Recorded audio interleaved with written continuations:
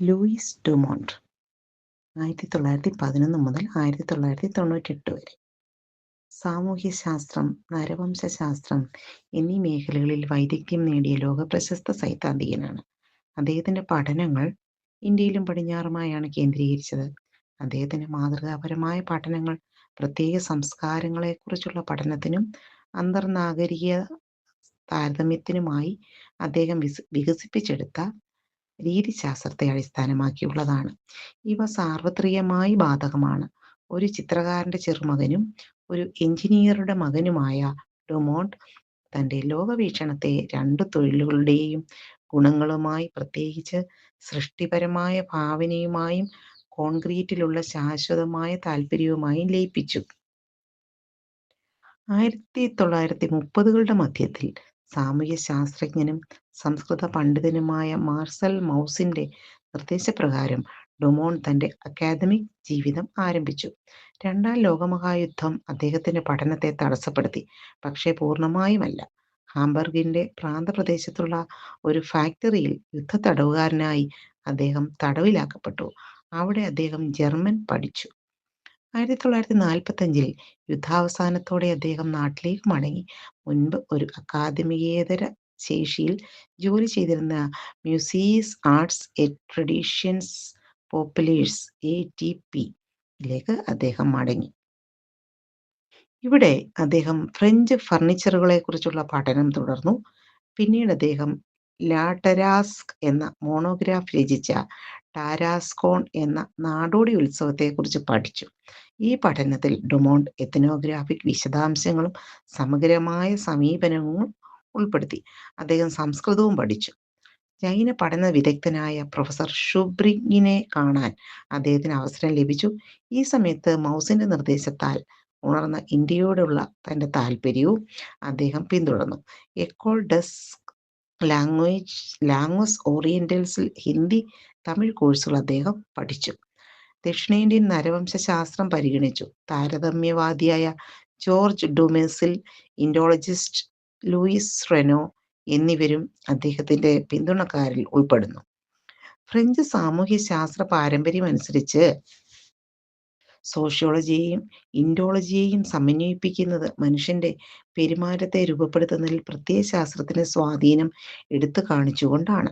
ഇന്ത്യയിലെ സാമൂഹിക സ്ഥാപനങ്ങളുടെ വികാസവും പരിണാമവും പഠിക്കുന്ന സാമൂഹ്യശാസ്ത്രജ്ഞൻ വൈജ്ഞാനിക ചരിത്ര വീക്ഷണകോണിൽ നിന്ന് സാമൂഹിക മാറ്റത്തെ വിശകലനം ചെയ്യാൻ ഡുമോണ്ട് നിർദ്ദേശിച്ചിരിക്കുന്നത് സോഷ്യോളജിയും ഇൻഡോളജിയും തമ്മിലുള്ള ഇറുകിയ ബന്ധം പ്രധാനമായും ഇൻഡോളജിക്കലിനെ ആശ്രയിക്കേണ്ടതുണ്ട് എന്നാണ് പറയുന്നത്. ബന്ധങ്ങളുടെ സംവിധാനങ്ങളായിട്ടല്ല, പ്രത്യയശാസ്ത്രപരമോ മൂല്യ പാറ്റേണുകളോ വൈജ്ഞാനിക ഘടനകളോ ആയിട്ടാണ് അദ്ദേഹം ഇന്ത്യൻ നാഗരികതയെ കാണുന്നത്. ഡുമോണ്ടിന്റെ അഭിപ്രായത്തിൽ സാമൂഹിക മാറ്റത്തെക്കുറിച്ചുള്ള പഠനം പാശ്ചാത്യ സംസ്കാരത്തിന്റെ വെളിപ്പെടുത്തലിനോടുള്ള ഇന്ത്യൻ മനസ്സുകളുടെ പ്രതികരണം കേന്ദ്രീകരിക്കുകയും വ്യക്തിസ്വാതന്ത്ര്യം, ജനാധിപത്യം മുതലായവ പോലുള്ള പാശ്ചാത്യ സംസ്കാരത്തിന്റെ വൈജ്ഞാനിക ഘടകങ്ങളുടെ സ്വാധീനത്തിൽ ഇന്ത്യൻ പാരമ്പര്യത്തിന്റെ വൈജ്ഞാനിക സംവിധാനം നിരസിക്കൽ അല്ലെങ്കിൽ സ്വീകാര്യതയോടെ എങ്ങനെ പ്രതികരിക്കുന്നു എന്നതിനെ കേന്ദ്രീകരിക്കുകയും വേണം. ഇന്ത്യൻ പാശ്ചാത്യ വൈജ്ഞാനിക സംവിധാനങ്ങൾ തമ്മിലുള്ള വ്യത്യാസം ആദ്യത്തേതിന്റെ സമഗ്രമായ വശത്തിലും പിന്നീടുള്ളവയുടെ വ്യക്തിഗത ഗുണത്തിലുമാണ് കാണപ്പെടുന്നത്. പാരമ്പര്യത്തിനും ആധുനികവൽക്കരണത്തിനും ഇടയിലുള്ള ഇന്ത്യയിലെ പിരിമുറുക്കത്തെയും ഈ വ്യത്യാസം എടുത്തു കാണിക്കുന്നു. ഡുമോണ്ടിന്റെ അഭിപ്രായത്തിൽ ജാതി വ്യവസ്ഥയ്ക്ക് അടിസ്ഥാനപരമായ അടിസ്ഥാന തത്വം ശ്രേണിയാണ്. ജാതിയെക്കുറിച്ചുള്ള സമീപനം പ്രധാനമായും ഘടനാപരവും ഇൻഡോളജിക്കലുമാണ്. ജാതി വ്യവസ്ഥയെ മതപരമായ അടിത്തറയിലുള്ളതായും പദവിയും അധികാരവും തമ്മിലുള്ള പൊരുത്തക്കേട് അതിന്റെ സവിശേഷതയായും അദ്ദേഹം കണ്ടു. ഡുമോണ്ടിന്റെ വൈദഗ്ധ്യം പ്രധാനമായും ക്ലാസിക്കൽ രചനകളിൽ നിന്നാണ് ശേഖരിച്ചത്. തൽഫലമായി ഞങ്ങൾ അദ്ദേഹത്തെ വൈജ്ഞാനിക ചരിത്രകാരൻ, ഇൻഡോളജിസ്റ്റ് എന്നിങ്ങനെ വേർതിരിക്കുന്നു. ഇന്ത്യൻ ജാതി വ്യവസ്ഥയെക്കുറിച്ചുള്ള പഠനമായി സാമൂഹിക സംഘടനയെക്കുറിച്ചുള്ള വിവിധ പുതിയ ആശയങ്ങൾ ഡുമോണ്ടിന്റെ ഹോമോ ഹൈറാർക്കിക്കസ് അവതരിപ്പിക്കുന്നു. അദ്ദേഹത്തിന്റെ മാതൃകയിൽ അടിസ്ഥാന തലത്തിൽ പ്രത്യയശാസ്ത്രവും പാരമ്പര്യവും ഉൾപ്പെടുന്നു. ജാതിവ്യവസ്ഥയെക്കുറിച്ചുള്ള തന്റെ അന്വേഷണത്തിൽ അദ്ദേഹം ഘടനാവാദത്തിന്റെ രീതി പ്രയോഗിച്ചിട്ടുണ്ട്. ഇൻഡോളജിയിലെ ജാതി പ്രത്യയശാസ്ത്രത്തിനും ഇന്ത്യൻ നാഗരികതയുടെ ഏകത്വത്തെക്കുറിച്ചുള്ള ആശയത്തിനും വേണ്ടി ഡുമോണ്ട് തിരയുന്നു. പ്രത്യയശാസ്ത്രത്തെ അദ്ദേഹം തന്റെ നിർവചനത്തിൽ ഏകദേശം സ്ഥിരതയുള്ള വിശ്വാസങ്ങളുടെയും മൂല്യങ്ങളുടെയും ഒരു കൂട്ടം എന്ന് വിശേഷിപ്പിക്കുന്നു. അദ്ദേഹത്തിന്റെ അഭിപ്രായത്തിൽ ഇന്ത്യൻ നാഗരികതയ്ക്ക് ഒരു പ്രത്യേക തത്വചിന്തയുണ്ട്. അതിന്റെ ഘടകങ്ങൾ പാശ്ചാത്യ നാഗരികതയുമായി ദ്വന്ദ്വ വ്യത്യാസത്തിലാണ്. പരമ്പരാഗതം ആധുനികത വേഴ്സസ് പരമ്പരാഗതം, സമഗ്രവും വ്യക്തിപരവും, ശ്രേണി വേഴ്സസ് സമത്വം, പരിശുദ്ധിയും മലിനീകരണവും, പദവി വേഴ്സസ് അധികാരവും മുതലായവ ആണ് പറഞ്ഞിരിക്കുന്നത്. ജാതിവ്യവസ്ഥയുടെ പ്രത്യയശാസ്ത്രത്തിനുള്ളിൽ ആഗോള പ്രത്യയശാസ്ത്രത്തിന്റെ തലത്തിൽ താരതമ്യം ചെയ്യുന്നതിനുള്ള അടിസ്ഥാനം ഈ വൈരുദ്ധ്യമാണ്.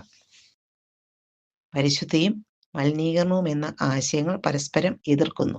ജാതി വ്യവസ്ഥയെക്കുറിച്ചുള്ള ഡുമോണ്ടിന്റെ വിശകലനത്തിൽ പ്രത്യയശാസ്ത്രത്തിനും ഘടനയ്ക്കും പുറമെ ശ്രേണി നിർണായക പങ്ക് വഹിക്കുന്നു. ശ്രേണി സൂചിപ്പിക്കുന്ന ശുദ്ധവും അശുദ്ധവും തമ്മിലുള്ള വ്യത്യാസവും ശ്രേണിയുടെ വൈരുദ്ധ്യാത്മകതയും നിർണയിക്കുന്നു. വലയം ചെയ്യപ്പെടുന്നതുമായ തമ്മിലുള്ള ബന്ധത്തെ ശ്രേണിയും ഊന്നിപ്പറയുന്നു. ജാതിവ്യവസ്ഥയിലെ ശുചിത്വം എന്ന ആശയത്തിൽ അശുദ്ധിയും ഉൾപ്പെടുന്നു. ഇന്ത്യയിലെ ജാതിഘടനയെക്കുറിച്ച് പഠിക്കുന്ന ഡുമോണ്ടിന്റെ രീതി അതിന്റെ ഫലമായി വളരെയധികം ചൂടേറിയ ചർച്ചകൾക്ക് കാരണമായി. വിപുലമായ ഫീൽഡ് വർക്കിന്റെയും സാഹിത്യ സ്രോതസ്സുകളുടെ ശ്രദ്ധാപൂർവമായ പഠനത്തിന്റെയും അടിസ്ഥാനത്തിൽ 1957 പ്രസിദ്ധീകരിച്ച 2 പ്രധാന മോണോഗ്രാഫുകൾ ദക്ഷിണേന്ത്യയിലെ ശ്രേണിയും വിവാഹസഖ്യവും, പ്രാമലൈ കല്ലാറിന്റെ സംഘടനാ സാമൂഹികവും മതവും പ്രസിദ്ധീകരിച്ചു. രണ്ടാമത്തേത് ഇംഗ്ലീഷിൽ എഴുതിയതും ക്ലോഡ് ലെവി സ്ട്രോസിന് സമർപ്പിച്ചതുമാണ്.